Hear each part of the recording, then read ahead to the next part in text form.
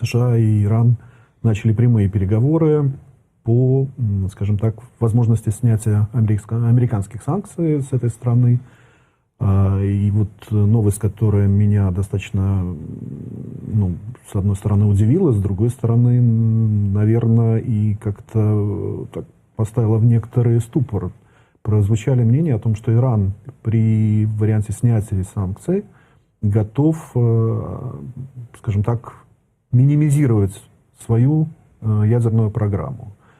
Переговоры с Трампом, тоже влияют на, как обычно, на рынок нефти, то есть начинаются переговоры, Трамп говорит: да, мы готовы, нефть падает, да, то есть Иран завалит сейчас просто дешевую нефть.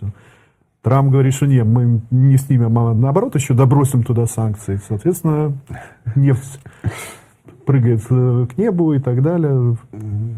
Вот расскажи мне, единственное, что я знаю, это об иранской ядерной программе, это АЭС Бушери.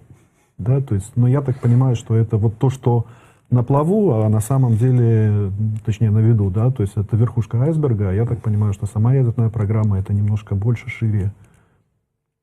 У нас осталось... И глубже. И глубже, да. У нас осталось чуть меньше 20 минут, поэтому вот тебе такой блиц. В принципе, если рассказать все про иранскую ядерную программу, то мы с тобой здесь в субботу и встретим. Не хотелось бы. Давай тогда как-то в режиме галопом по Европам, что ли. Иран, его ядерная программа стартовала при Резе Пехлеви, при Шахе. У него был очень большой интерес. Интерес был обоюдный. С таким государством, как Соединенные Штаты Америки, в 1953 году президент Эйзенхауэр объявил программу «Атом во имя мира». И там много красивых слов, но тут, с одной стороны, есть положительная черта, возможность познакомиться с ядерными технологиями, с атомным реактором появилась у целого множества стран. А с другой стороны, особо никто не скрывал, что это было вхождение именно в американские атомные технологии, то есть основная цель не только расширение сферы применения атомных технологий, но и расширение сферы технологического влияния. Два в одном. Но поскольку... программа была объявлена в 1953 году. Дальше. Атом – это вещь контрастная. Я надеюсь, что имя замечательного человека Эдварда Теллера известно многим. Это создатель термоядерной бомбы Соединенных Штатов, участник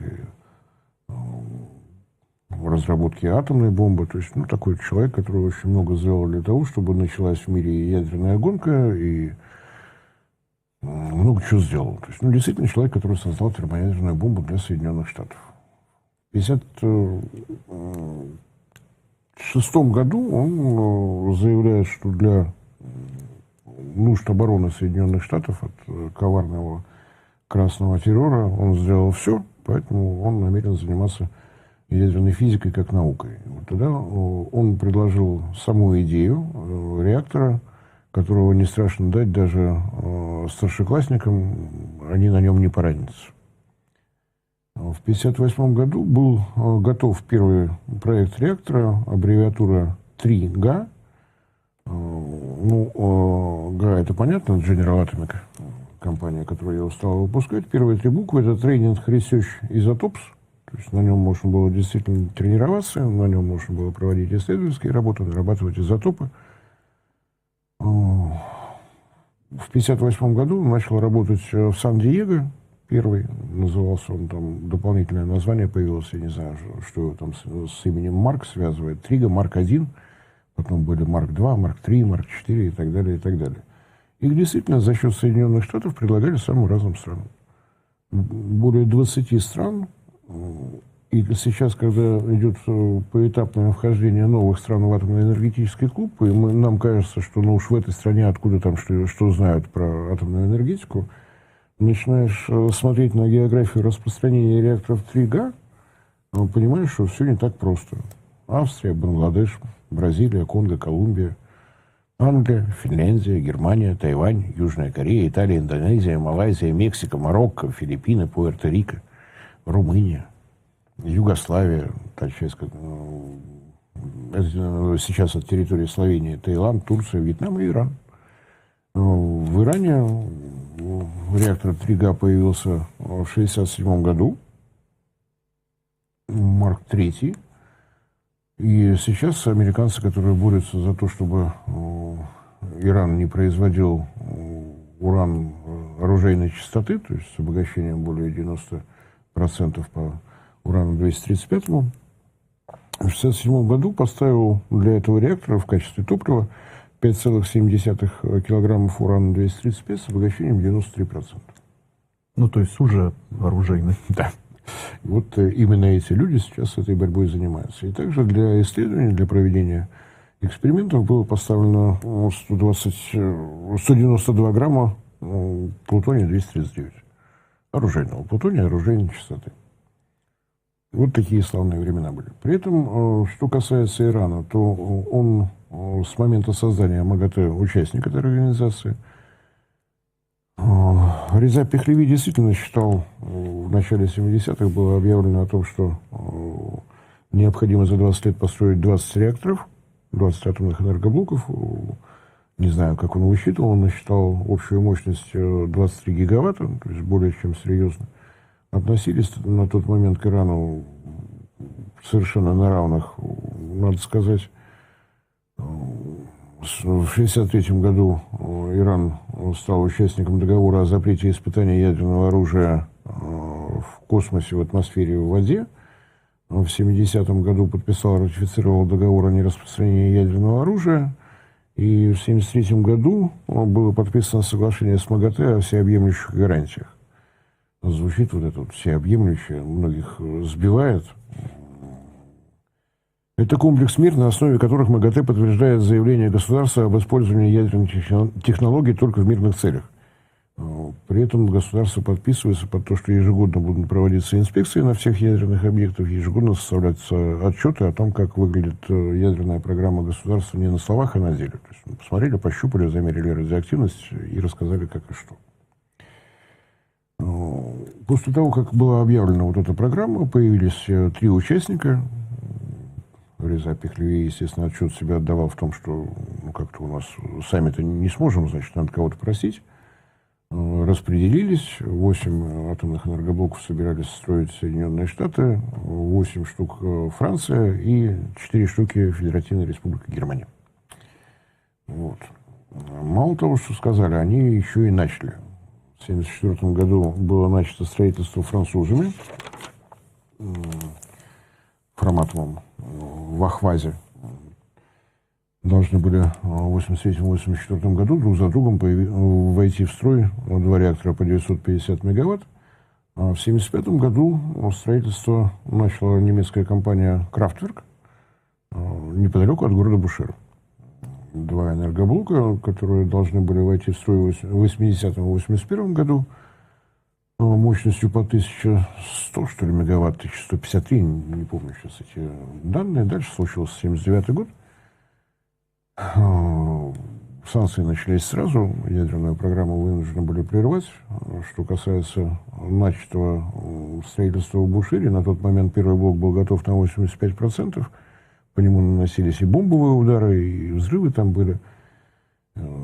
Что касается Бушера, ну давай вот эту ветку хотя бы успеем пройти. В 1992 году был подписан договор с Министерством атомной промышленности Российской Федерации о том, что сдаст под ключ. Мы все сделаем, ни о чем не беспокойтесь. Операция была совершенно невероятная, потому что Kraftwerk и Министерство среднего машиностроения СССР, совершенно разные технологии. И недвижимость разная, и всевозможные технологические каналы разные. Работали очень долго, очень много, до 5000 специалистов наших там работало, и в 2011 году это, тем не менее, сделать удалось. И я думаю, что очень многие в атомном мире наблюдали за этим с нескрываемым интересом. Можно ли вот настолько изменить технологию, чтобы ВВР-1000 в сейсмическом исполнении, в Иране тоже сейсмозона такая крайне неприятная, поэтому на всякий случай вот в таком исполнении его сделали. Заодно опробовали очень много организационных моментов. Впервые именно в Иране появился технологический центр, который готовит специалистов среднего уровня прямо на месте, то есть не надо никуда ходить, ездить.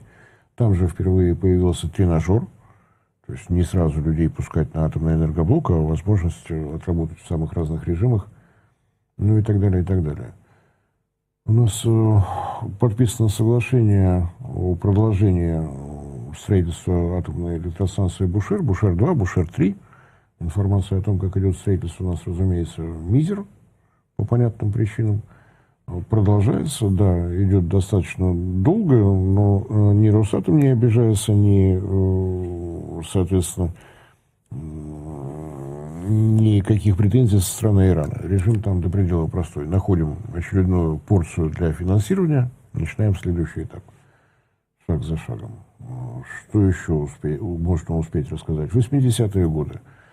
Знаменитая история с голландским физиком Абдул-Кадыр Ханом, пакистанского происхождения, один из тех молодых и талантливых действительно студентов, который руководитель пакистанской ядерной программы, профессор Хан, работавший в ядерном центре имени Хана в годы руководства Пакистаном президента Хана, направил в Голландию. Я ничего не перепутал. Вот так совпало. Сложно было выучить фамилии. Выучил. У меня получилось.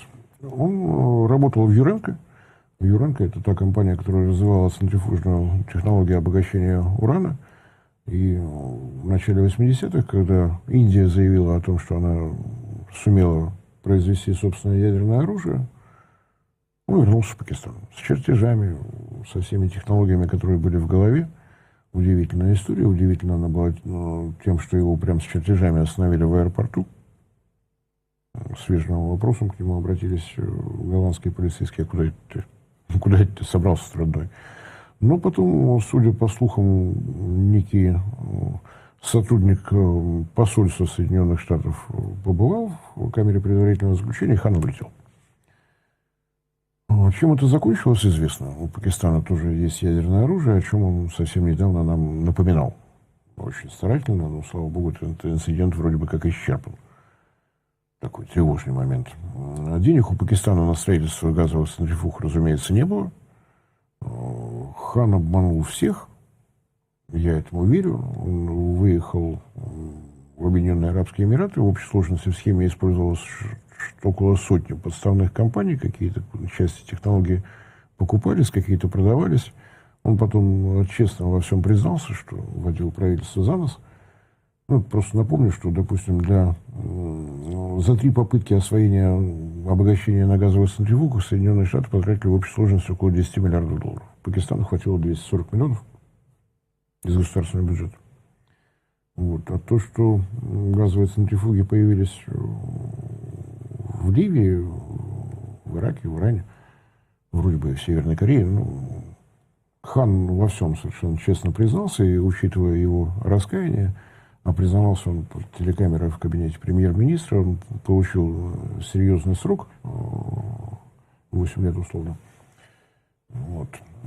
И таким образом где-то то ли из Китая, то ли из Пакистана, но газовые центрифуги и Р-1, и Р-2, и Иран, Р-Република в середине 80-х появились у Ирана.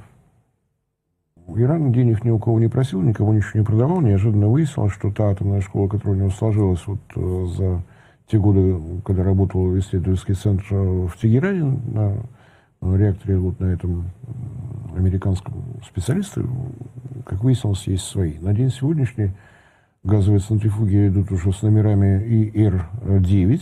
Они значительно производительнее, чем первые. Это не советско-российские технологии, это надкритичные центрифуги. Об этом, опять же, никто вслух не говорит, но достаточно увидеть фотографии. Инспекторы МАГАТЭ там бывали. Высота центрифуги больше человеческого роста. Это не наши 70-сантиметровые крошечки. Это работает и работает. Я думаю, что вот такую серьезную разговор о иранской ядерной программе на каком-нибудь из своих каналов, потому что она действительно очень большая.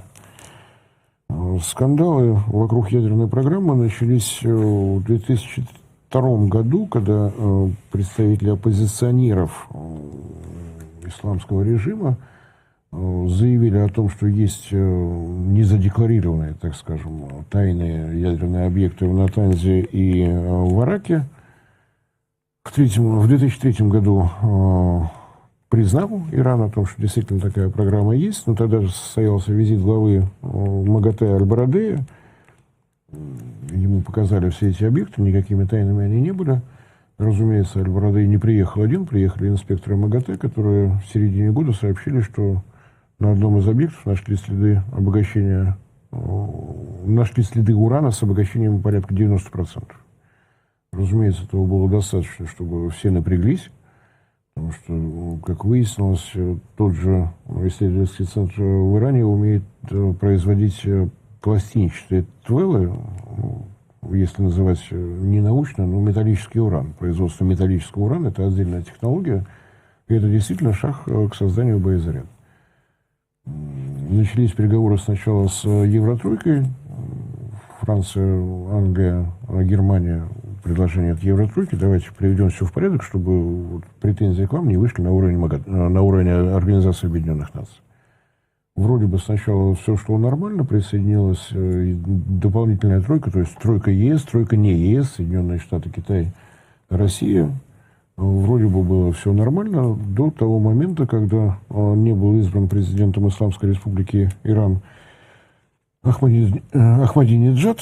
Вот с ним достаточно жестко все было. В 2006 году МАГАТЭ заявила, что Иран отказывается от сотрудничества, и дело действительно дошло до Организации Объединенных Наций. И если говорить не о рестрикциях, а о реальных санкциях, которые Совбез, как известно, имеет только право вводить, они были. Были действительно санкции со стороны Организации Объединенных Наций с 6 по 15 год, по-моему, штук 7 было. Требование прекратить обогащение до оружейного уровня, остановить обогатительные мощности и так далее, и так далее. В результате переговоров в 2015 году появилось соглашение о всеобъемлющем плане действий.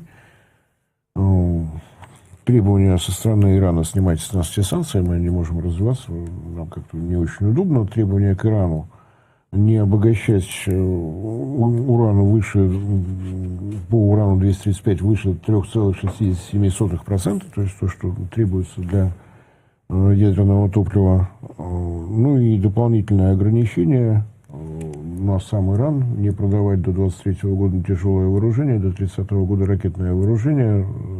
Здесь мы что-то такое уже про Россию слышим, там С-300, ну, что-то так не очень удачно продавали.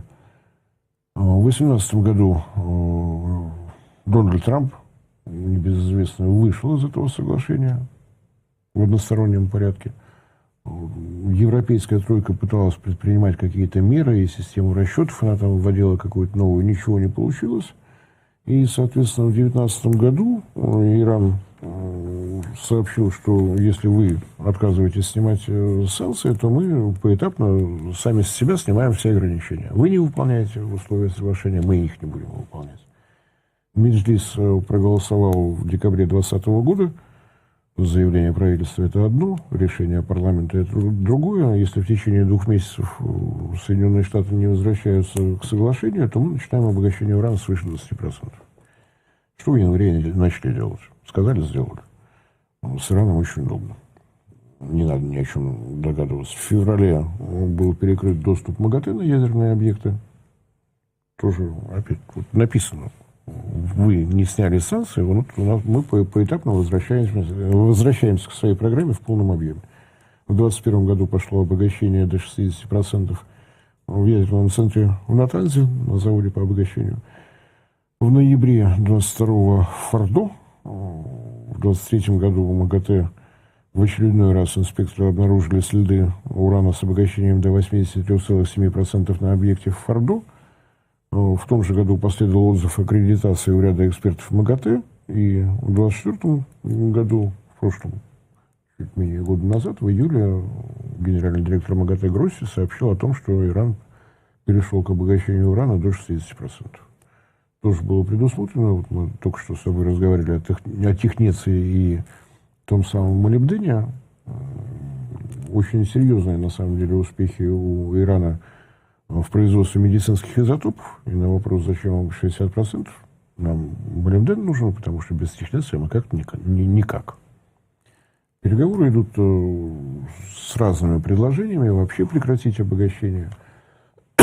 Иран на это не соглашается, но напомню, что еще в 2002 году было достаточно такое интересное предложение со стороны России создать совместное предприятие на территории Ирана, построить заводы по обогащению урана, но по российским технологиям без передачи технологий. Такой запасной ход. Что касается работы атомных электростанций, то соглашение с Россией о возвращении облученного ядерного топлива есть, оно действует. То есть облученное ядерное топливо Бушерской атомной электростанции после того, как лежится в бассейне выдержки, перерабатывается в России. Ну, так, очень вкратце. Ну что ж. Да, свои месторождения у Ирана, урана у Ирана тоже есть, на всякий случай. Мало ли кто вдруг не знает. На этом я тогда предлагаю сегодняшнюю нашу программу закончить. Ждем новости из Стамбула о переговорах, ну и будем следить за новостями о переговорах США. Стамбул с нашей страны Юлий Гусман не поехал, так что новости могут быть самыми разными. Ну что ж, в прямом эфире в свою традиционную пятницу была программа «Энергетика» с БЛМ, программа, в которой мы обсуждаем новости энергетики не только с главным редактором журнала «Геоэнергетика Инфо» Борисом Леонидовичем Марцинкевичем. Борис, спасибо за очередную интересную программу и до новых встреч на «Спутнике». Всем спасибо за внимание, всем всего доброго.